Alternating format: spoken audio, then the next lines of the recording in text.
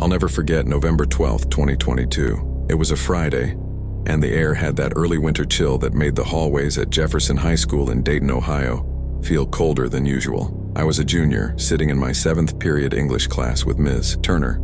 It was one of those boring afternoons where everyone was watching the clock, waiting for the last bell to finally free us for the weekend.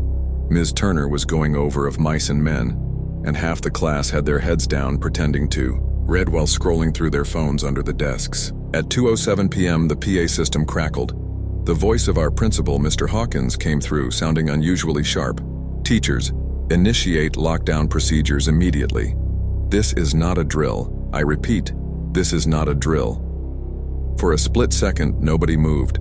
We'd had lockdown drills before, but they were always scheduled. We always knew about them. This one was real. Ms. Turner reacted fast.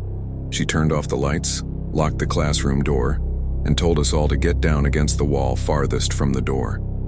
Chairs scraped quietly as 20 of us pressed ourselves low to the floor. I remember my heart hammering in my chest, the weight of those words, "not a drill," sinking in. At first, the hallway outside was silent, the kind of silence where you could hear someone breathing across the room. Then, after maybe 2 minutes, the sound of footsteps echoed faintly down the hall. They weren't rushed. They weren't panicked like a teacher or officer might be. They were slow, heavy, deliberate. Everyone in the class froze. Ms. Turner crouched near the door, holding her phone tightly, her face pale in the glow of the screen. The footsteps stopped right outside our door. I swear I could hear the blood rushing in my ears. The handle jiggled, just lightly at first, then harder. Whoever was out there knew the door was locked. They were testing it. The girl next to me, Madison, let out a shaky breath that sounded too loud in the silence. She covered her mouth with both hands, her eyes wide and wet. The jiggling stopped. For 10 seconds, maybe more, there was nothing. Then, 3 hard, deliberate bangs shook the door. Bang, bang, bang. Every single one of us flinched. A couple kids quietly cried, trying to stay silent. And then, just like that, the noise stopped. The footsteps moved away, echoing slowly down the hall until they faded into silence. We all sat there in the dark, barely daring to breathe. But I remember thinking one thing, whoever that was. They weren't panicked. They weren't running. They were calm, like they had all the time in the world. We stayed pressed against the wall, frozen, for what felt like forever. Nobody dared speak above a whisper. I could hear the faint hum of the building's ventilation, the click of the old clock above the whiteboard. Every few minutes, someone would glance at Ms. Turner, waiting for some kind of reassurance. But her face said everything. We were in real danger, and she knew it. Finally, after maybe 10 minutes, she leaned close to the door and listened. Then she crept back to us and whispered, "Stay quiet, don't move." Another 5 minutes crawled by. Just when I thought maybe it was over, we all heard it again. Footsteps. But this time, they weren't moving. They were pacing, back and forth right outside in the hallway. It was slow and deliberate, like someone making sure we knew they were there. I glanced at my friend Chris, who was crouched 2 kids away from me. His eyes were wide, his knuckles white as he gripped the strap of his backpack. Then, without warning, a sound cut through the silence that made every muscle in my body tighten.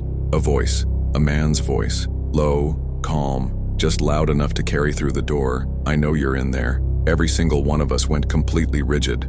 The voice didn't yell, didn't sound angry. It was matter of fact, almost casual. Another pause. Then he said, "Don't worry, I'll wait." A girl named Emily let out a muffled sob. Ms. Turner shot her a look, silently begging her to be quiet. The footsteps resumed. They moved slowly down the hall again and eventually faded. But the damage was done. That voice, that calmness, it didn't feel like some random intruder. It felt personal.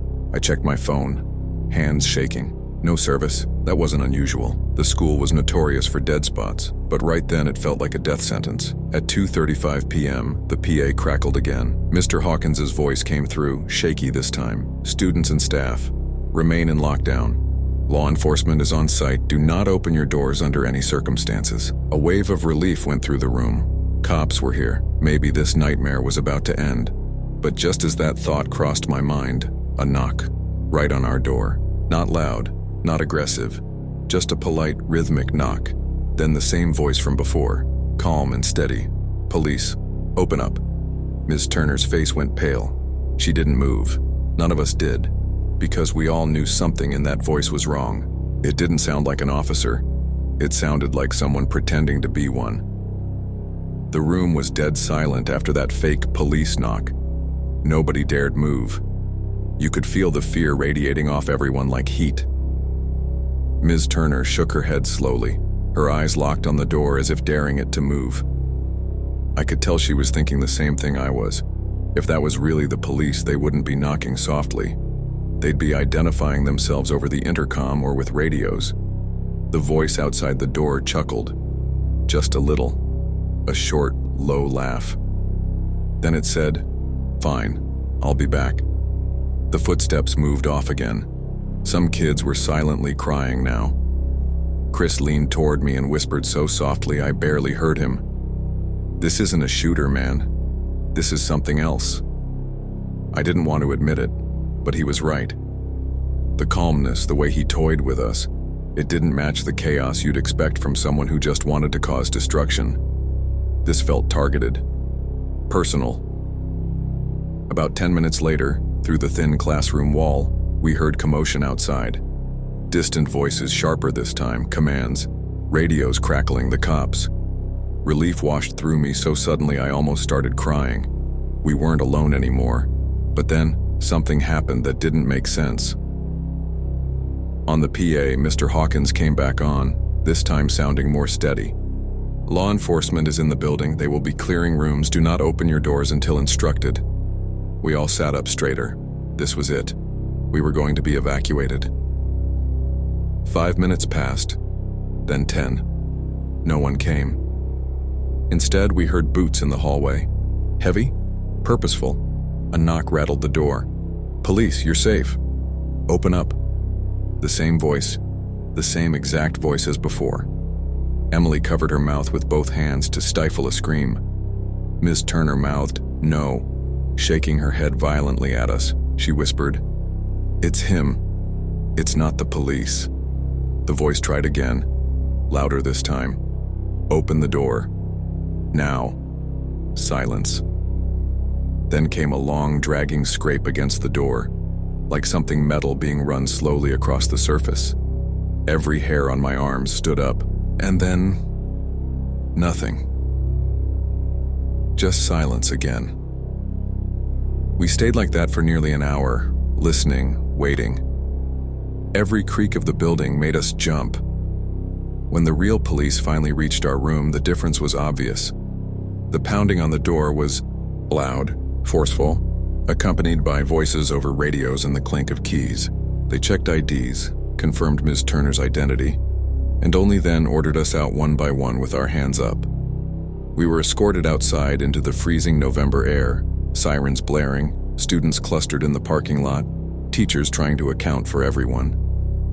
I felt relief, but it was tangled with confusion, because as we were being led out, I glanced down the long hallway toward the main entrance, and for half a second, I swear I saw him.